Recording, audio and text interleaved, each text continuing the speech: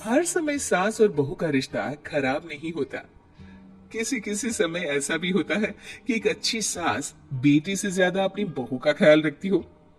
माँ, मैं घर छोड़कर जा रही हूँ। मैं इस घर में किसी भी हाल में नहीं रह सकती। ये फैसला राधा की बहू लीना का था।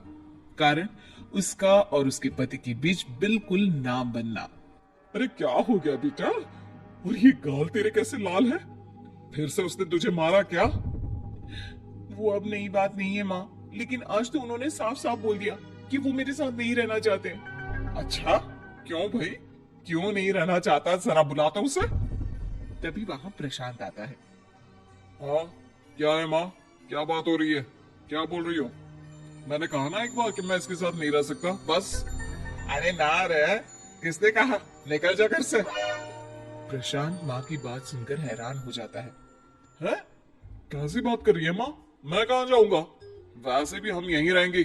जाएगी तो ये है। लीना रोते हुए अपने कपड़े पैक करने चली जाती है और घर से निकल ही रही होती है कि रुक, तू कहाँ चली कपड़े लेकर? कैसी बात कर रही है माँ जी?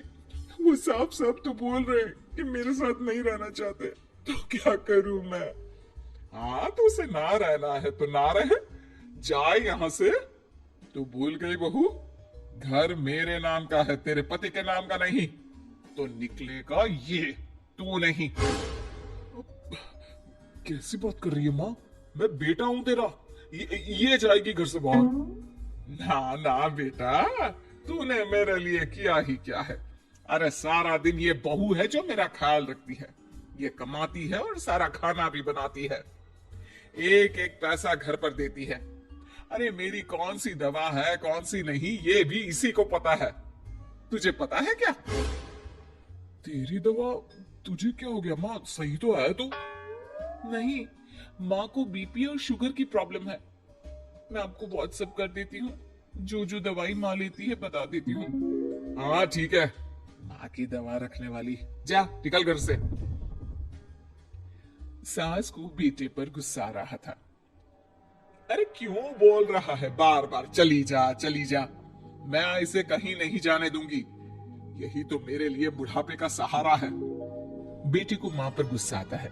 वो घर छोड़कर जाने लगता है कि उसकी बीवी उसे रोक लेती है।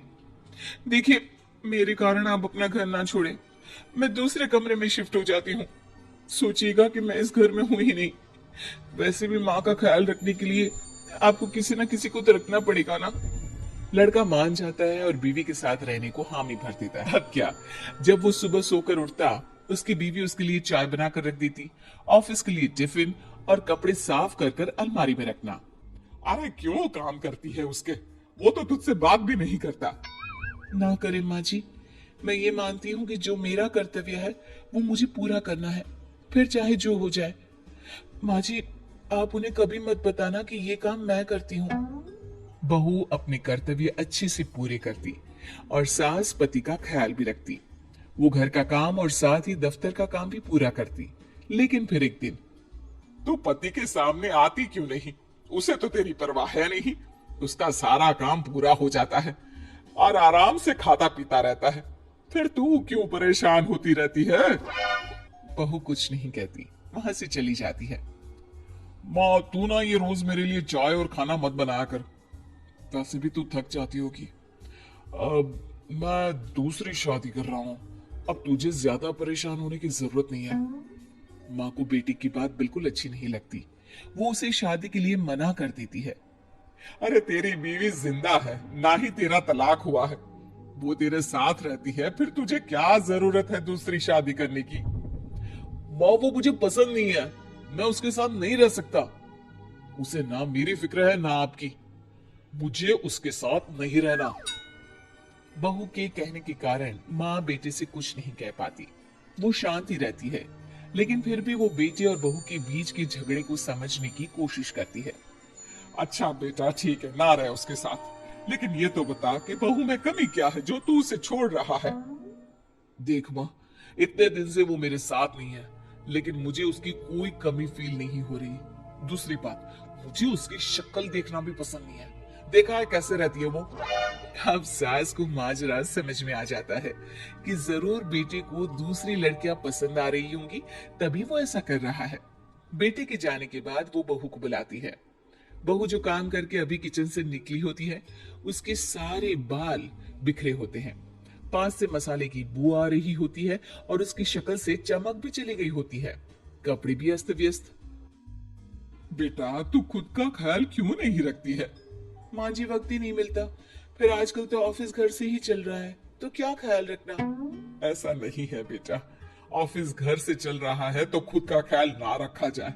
अरे देख, दूसरी लड़कियों को कितनी स्मार्ट होकर रहती है। पर माँ जी, अब क्या जरूरत है, घर चल रहा है ना ठीक से, और क्या चाहिए। वैसे तो देखा जाए तो कोई जरूरत नहीं, लेकिन खुद के लिए जरूरत है। अरे खुद को 1 घंटा देना जरूरी है, क्योंकि निरोगी शरीर के लिए खुद का ध्यान रखना कोई फैशन नहीं है, जरूरत है बहू। बहू को समझ में नहीं आता कि सास क्यों उसे ये सब समझा रही है, लेकिन बहू के काम के बीच में उसे उसके लिए कैसे समय निकलवाना है ये समझाने के लिए सास उसे अपने साथ ली जाती है। बहू, आज से हम दोनों योगा करेंगे, जिम जाएंगे, और हाँ, हेल्दी डाइट भी फॉलो करेंगे, साथ ही पार्लर भी चलेंगे।